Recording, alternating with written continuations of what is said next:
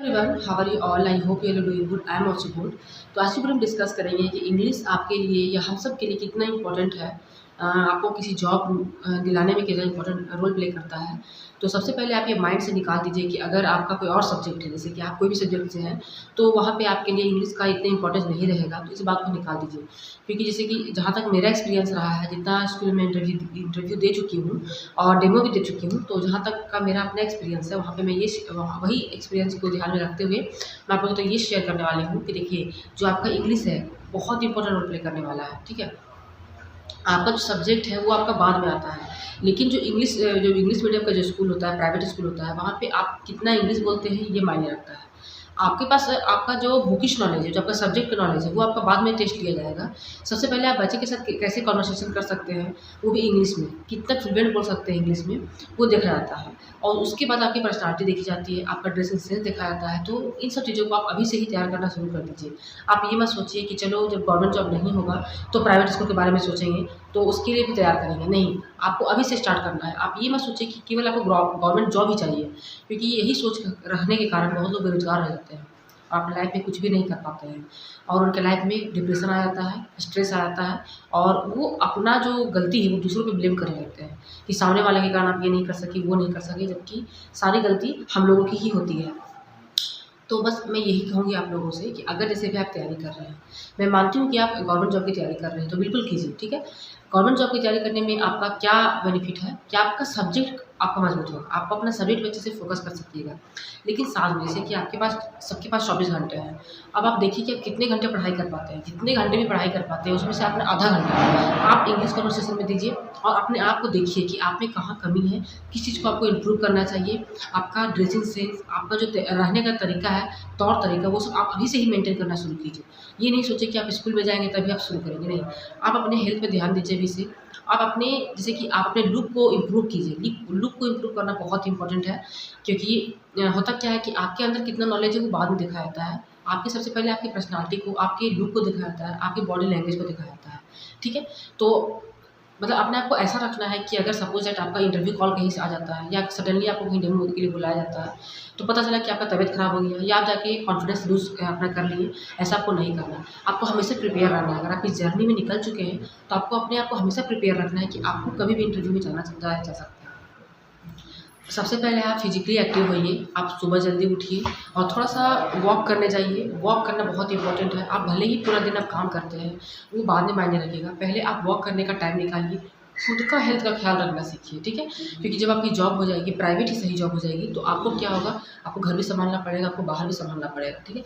घर में तो आप बहुत तरह के रीज़न दे सकते हैं कि ये प्रॉब्लम है, वो प्रॉब्लम है, लेकिन जहाँ आपकी जॉब लगेगी, वहाँ पे आप रीज़न नहीं दे सकते हैं, क्योंकि वो आपको पैसे देते हैं। और दूसरी बात कि आपका जो स्कूल है, वहाँ का जितने भी बच्चे का जो फ्यूचर है वो आप पे डिपेंड करता है। तो वहाँ पे कुछ भी नहीं सुना जाएगा कि आपका बच्चा रात को परेशान किया था, तो आप स्कूल में टाइम से नहीं पहुँच सके। ये सब वहाँ नहीं चलेगा। ये सब आप घर में बोल सकते हैं कि आप बहुत थक गए हैं तो आप ये काम नहीं कर सकते हैं। तो अपने आप को अभी से ही हैबिट डालिए, अपने आप को बैलेंस करना सीखिए, ताकि आपको आगे जाके प्रॉब्लम ना हो।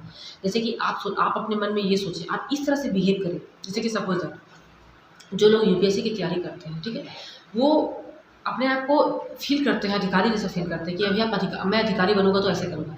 तो अपने अंदर आप एक फ़ीलिंग लाइए कि अब जब आप टीचिंग क्षेत्र में जाइएगा, जब आप स्कूल जाइएगा, तो आप कैसे बिहेव कीजिएगा। तो जब जो भी आपका टाइम है, उसमें से आप थोड़ी देर अपने आप को ये सोचिए कि आप अपने टाइम को मैनेज करना सीखिए।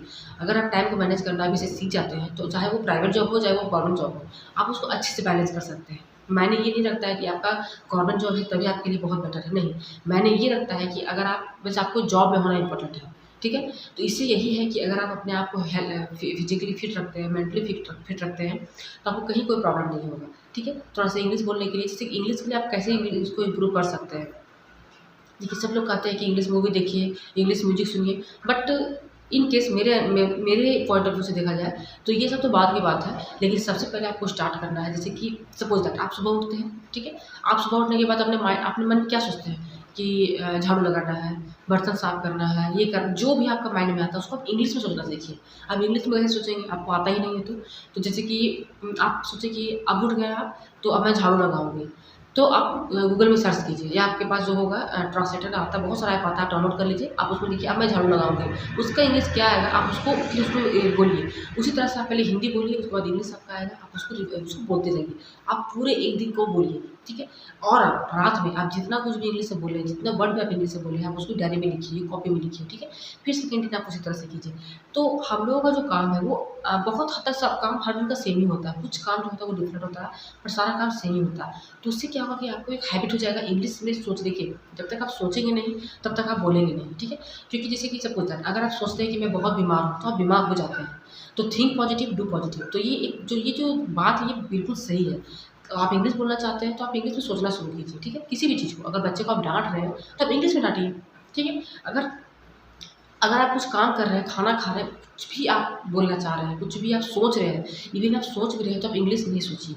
और जैसे कि कोई आपको वोकैब्स आपको नहीं आया समझ में, वर्ड मीनिंग नहीं आ रहा है, कि जैसे सपोज दैट खाना खाना को इंग्लिश में क्या बोलेंगे, तो आप फटाक से गूगल कीजिए, उसका ट्रांसलेट निकालिए, जो भी आपका आएगा आप उसको बोलिए, ठीक है। तो इस तरह से करके आप छोटी-छोटी चीज़ों को करके डेली आप सीख सकते हैं। डेली आप इवन हर दिन सीख सकते हैं, ठीक है। अब आप क्या कर सकते हैं कि अब जैसे कि सपोज दैट कि बहुत लोग स्पोकन ज्वाइन नहीं कर सकते हैं, इस तो बहुत ओल्ड चला गया। आप सब अब कुछ आपके मोबाइल में है, आप मोबाइल में क्या कीजिए, ए से जितना वर्ड होता है, ए से जितना वोकैब्स होता है उसको आप डेली सुनिए या लिखते जाइए। आपके पास जैसा टाइम है, सुनने का टाइम है तो सुनते जाइए।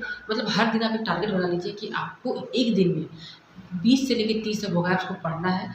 आप ये टारगेट रखिए कि ए जो अल्फ़ाबेट ए है उसको आपको 2 दिन में कंप्लीट करना है, 3 दिन में कंप्लीट करना है, आपका जैसे भी आपके पास टाइम होता है, आप उस तरह से करके करते जा सकते हैं। और स्टार्टिंग अगर आप करना चाहते हैं इंग्लिश से कि आपको इंग्लिश स्टार्टिंग कैसे करना है, और एक चीज़ बहुत इंपॉर्टेंट है, किसी भी स्कूल को आप ज्वाइन करते हैं, तो वहाँ पे कर्सिव राइटिंग दिखाया जाता है, ठीक है। तो लेकिन जो अगर आपको छोटे बच्चे का स्कूल होगा, जैसे कि प्ले स्कूल होगा, प्ले से लेके आई थिंक एलकेजी, यूकेजी तक, स्टैंडर्ड 1 तक, तो कर्सिव राइटिंग इतना डिमांड नहीं रहता है, क्योंकि अगर आप कर्सिव राइटिंग में लिखते हैं तो बच्चे उसको नहीं समझ पाते हैं, ठीक है। तो आप कर्सिव राइटिंग को भी प्रैक्टिस करना शुरू कर दीजिए, क्योंकि आप चाहे किसी भी सब्जेक्ट से हैं, लिखेंगे तो आप इंग्लिश में ही, पढ़ाएँगे तो आप इंग्लिश में ही, ठीक है। तो आप कर्सिव राइटिंग का प्रैक्टिस करना स्टार्ट कीजिए। आपको यूट्यूब पे बहुत सारा मिल जाएगा, ऐसे मैं जानती हूँ कर्सिव राइटिंग। वैसा समय आया तो मैं आपको बताऊँगी, बट आप उतना वेट मत कीजिए, आप यूट्यूब पे जाइए, आपको कर्सिव राइटिंग का वीडियो मिल जाएगा, आप उससे प्रैक्टिस कर लीजिए, दोनों में, small letter and capital letter में। उसको अच्छे से प्रैक्टिस कर लीजिए और लिखने की कोशिश कीजिए। आप कुछ भी लिखते हैं तो आप कर्सिव राइटिंग से ही लिखिए। इससे क्या-क्या फ़ायदा है कि कर्सिव राइटिंग से आपका एक पर्सनैलिटी बनेगा, किसी भी स्कूल में जाइएगा, और अगर आपको कर्सिव राइटिंग अच्छे से आता होगा तो आपको आपका जो वहाँ पे वैल्यू है वो एक अलग ही लेवल का होगा, क्योंकि मैं खुद पर्सनल फ़ील कर चुकी हूँ, ठीक है। तो आप कर्सिव राइटिंग पे ध्यान दीजिएगा और अपने राइटिंग को इम्प्रूव कीजिएगा, क्योंकि होता क्या है कि जनरली हम लोग जैसे कि अभी कहीं हम लोग पढ़ाने नहीं जा रहे हैं, पढ़ भी घर में ही पढ़ रहे हैं, तो जैसे-तैसे लिखते हैं। आप अभी से ही अच्छे से राइटिंग लिखना स्टार्ट कीजिए, क्योंकि जो आपका राइटिंग है वो आपका नॉलेज बताता है, ठीक है। राइटिंग आपका जो राइटिंग है वो एक तरह से आपका आईना होता है, ठीक है। तो आप राइटिंग लिखना अच्छे से स्टार्ट कीजिए, आप जो भी लिखते हैं अच्छे से लिखिए। आप अभी से प्रैक्टिस कीजिए स्कूल के लिए, जॉब के लिए, तो आपके लिए बहुत अच्छा रहेगा। सबसे इम्पोर्टेंट चीज़ क्या है कि आप लेटर लिखना सीखिए। अगर आप लेटर लिखने जानते हैं बहुत अच्छी बात है, जैसे कि जॉब एप्लीकेशन लेटर, फिर आप छुट्टी चाहिए, जो भी आपका एप्लीकेशन है आप उसको लिखना स्टार्ट कीजिए, क्योंकि अगर आप इंटरव्यू में जाएँगे तो आपसे एप्लीकेशन लिखाया जा सकता है, तो वो सब आपको चीज़ पता ही होना चाहिए, चाहे आप किसी भी सब्जेक्ट से हैं। तो आपको ये सब जो ये है कॉमन चीज़ है, ये सभी से पूछा जाता है। तो ये सब छोटी-छोटी बातें थी जो टिप्स के तरह मैं आपको दे रही हूँ। तो जो भी मैं अपने लाइफ़ में एक्सपीरियंस की हूँ स्कूल डेमो के दौरान, इंटरव्यू के दौरान, तो ये सब बहुत इंपॉर्टेंट रोल प्ले करता है। प्लस में आपका जो प्रोनंसिएशन है वो बहुत शुद्ध होना चाहिए। आपका जो शुद्ध होना चाहिए, आप किसी भी वर्ड को बोलते हैं तो बिल्कुल करेक्ट होना चाहिए और शुद्ध होना चाहिए। चलिए आज बच्चे लोग पोएम पढ़ेंगे तो पोएम नहीं होता है, पोएम होता है। तो कुछ-कुछ जो वर्ड है उनको आप अच्छा से एक डायरी मेंटेन कीजिए, जो डेली यूज़ में बोला जा सकता है, और देखिए कि उसका करेक्ट प्रोनंसिएशन क्या है, ठीक है? और उसको भी पढ़ने की कोशिश कीजिए। तो कुछ इन सब चीज़ों को आप अगर फॉलो करते हैं तो मुझे नहीं लगता है कि आपको ऐसे इंग्लिश में कोई प्रॉब्लम होगी, और आपका कहीं भी सिलेक्शन नहीं रुकेगा। और प्लस में मैं तो यही सजेस्ट करूँगी कि अगर आपके पास समय है, आपके पास सपोर्ट है, तो आप ये मत वेट कीजिए कि आपको गवर्नमेंट जॉब होगा तभी आप पढ़ाने जाएँगे। आप हो सके तो आप प्राइवेट स्कूल भी जॉइन कर सकते हैं। सैलरी मत देखिए, आप ये देखिए कि आपका एक्सपीरियंस होगा, क्योंकि जब तक आप किसी काम को करेंगे नहीं, आप सीखेंगे नहीं, ठीक है?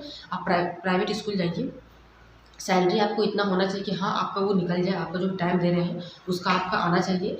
अदरवाइज़ आपका एक एक्सपीरियंस हो जाएगा और आपका नॉलेज बहुत बढ़ेगा, ठीक है? और आप टाइम निकाल के आप गवर्नमेंट जॉब की भी तैयारी कर सकते हैं। अपना टाइम देख लीजिए, अपना सपोर्ट देख लीजिए, अगर सपोर्ट है तो यू कैन डू इट। क्योंकि मैं भी यही सोच रही हूँ, मैं भी यही करने वाली हूँ। तो अभी थोड़ा-सा मैं कोशिश करूँगी कि अब तो समर वैकेशन आने वाला है, इसी बीच या इसी के बाद मैं स्कूल में फिर से एक बार विज़िट करूँगी, क्योंकि जहाँ-जहाँ मैं इंटरव्यू दी थी, डेमो दी थी, अब तो वो सब हो नहीं सकता है, क्योंकि जहाँ से कॉल आया वहाँ तो मैं जाके भी नहीं जा पाई बेबी के कारण। और बेबी भी अब थोड़ी बड़ी हो गई है, तो अब मैं इस क्षेत्र में निकलूँगी, तो आपको डे बाय डे पता चलता भी रहेगा, मैं अपना एक्सपीरियंस भी शेयर करती रहूँगी। तो बस मैं समर वेकेशन के बाद मैं सोच रही हूँ कि अब स्कूल भी जाऊँगी और मेरा सेशन भी स्टार्ट होने वाला है। तो हो सकता है कि घर से भी कॉल आया जा सकता है, बहुत जगह मेरा रिज़्यूम दिया हुआ है, तो कॉल आया जा सकता है। तो वो सब तो आपको डे बाय डे पता चलता ही रहेगा, बट मैं अब बैठ के नहीं रहने वाली हूँ। मैं बेबी का को बड़ा करने का वेट कर रही थी। अब बेबी बड़ी हो चुकी है, वो मेरे साथ जा सकती है स्कूल, तो मैं गवर्नमेंट जॉब के चक्कर में नहीं रहने वाली हूँ। और आपके लाइफ में एक ज़रिया होना चाहिए, आपको सेल्फ डिपेंड बनना है, तो आपको कोई भी काम बड़ा या छोटा नहीं सोचना है। हर काम को आपको बहुत ही शिद्दत से करना होगा, चाहे वो कोई भी काम है। तो चलिए इस वीडियो को मैं यहीं पे एंड करूँगी, मिलूँगी नई वीडियो के साथ, तब तक के लिए अपना सपोर्ट दिखाइए, लाइक कीजिए, शेयर कीजिए।